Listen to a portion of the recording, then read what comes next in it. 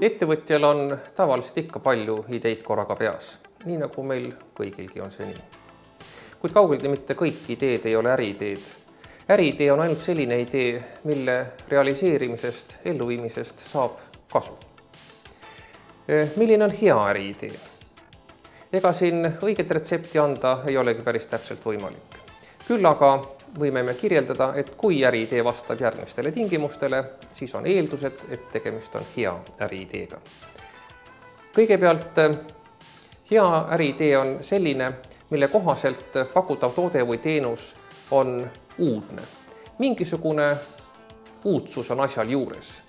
Midagi on teistmoodi, mida teistel ei ole.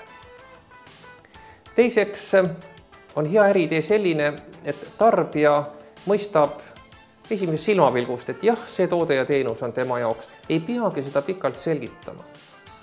Toode ja tarbija on väga täpselt kujundatud tarbija jaoks. Kolmandaks, turg on valmis äriidee realiseerimiseks. Turg on alati kahepoolne. See on konkurendid ja ostjad. Valmisolek tähendab seda, et näiteks konkurente ei ole. Turg on valmis, konkurente pole. Või siis tooteid, analoogseid tooteid napib turul, ostjad on soovimas osta seda toodet või teenust, nõudlus ületab pakkumise, turg on valmis. Tuleb analüüsida turu valmisolekut ettevalmistava perioodi käigus. Oluline on ka, et äriidee elluviimiseks ja ka tarbimiseks oleksid inimestel vajalikud teadmised. Üsna tihti on nii, et me ostame asju ja esemeid, mida me tegelikult ei oskagi päris hästi tarbida. Võtame näiteks kas või väga levinud mobiiltelefoni. Kui igaüks korralikult järgi mõtleks, me oleme kõiki ostnud mobiiltelefoni, aga kui palju me tegelikult kasutame selles mobiiltelefonis pakutavatest võimalustest. Enamus jääb kasutamata ja seda põhjusel, et me lihtsalt ei tea või ei oska. Viiendaks, hea äriidee tunnuseks on see, et ta on realiseeritav. Et on olemas vajalikud tehnoloogiad, materjalid, hankekanalid, turustuskanalid, inimesed, seadmed, tehnika ja igasugused muud ressursid. Idee on realiseeritav. Kui nendele 5 tingimusele teie äriidee vastab, siis võib loota, et tegemist on hea äriideega.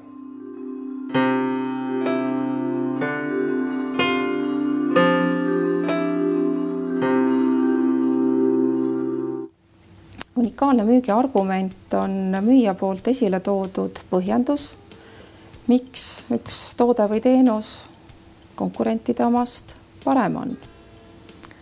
Unikaalse müügiargumendi leidmine konkurentsitihedal turul on äärmiselt raske, aga möödapääsmatu ülesanne.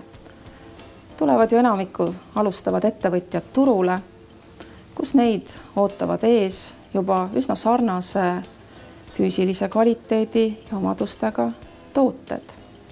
Seega sa pead leidma oma tootele või teenusele midagi, mis eristub sind teistest, ehk siis unikaalse müügi argumendi. Näiteks võtame porgandid. Lotte porgandi unikaalne müügiargument on Lotte, keda lapsed väga armastavad. Lotte pilt porgandipakil teeb selle toote võrreldes teiste porganditega kordades kallimaks. Tegelikult on aga sisuks üsna tavaline porgandimaitseline porgand, mida lapsed söövad tunduvalt parema meelega kui tavalist porgandit. Või kui hakati tootma võluvett, mis on ammutatud meie pandivere kõrgustiku lähistelt, siis võluvee unikaalse müügiargumendi otsingul toetuti jaapanlase Masaru Emoto uurimistööle, et vesi loeb positiivseid väärtusi sisaldavaid sõnu, mis on trükitud siltide siseküljele. Sellega see vesi eristus selgelt teistest tuntud veejookidest, nagu Värska, Vichy ja nii edasi. Näiteks kui muutud kurvameelseks, siis ostad vett nimega Elurõõm. Samuti tavaline vihik versus valemivihik. Valemivihiku idee on välja kasvanud õpilasfirmast ja unikaalseks muudab selles vihikus olevad valemid. USB peab olema positiivne ja loomulikult vastama ka tegelikkusele. Näiteks ei saa üks pood ennast ju reklaamida väga kiire ostukohana, kui kassas on pidevalt pikk järjekord. Igal juhul soovitan sul kindlasti otsida üles oma tooteteenuse USB ning teha see ka arusaadavaks oma klientidele, sest siis leiavad kliendid sinu toote ja teenuse paremini üles.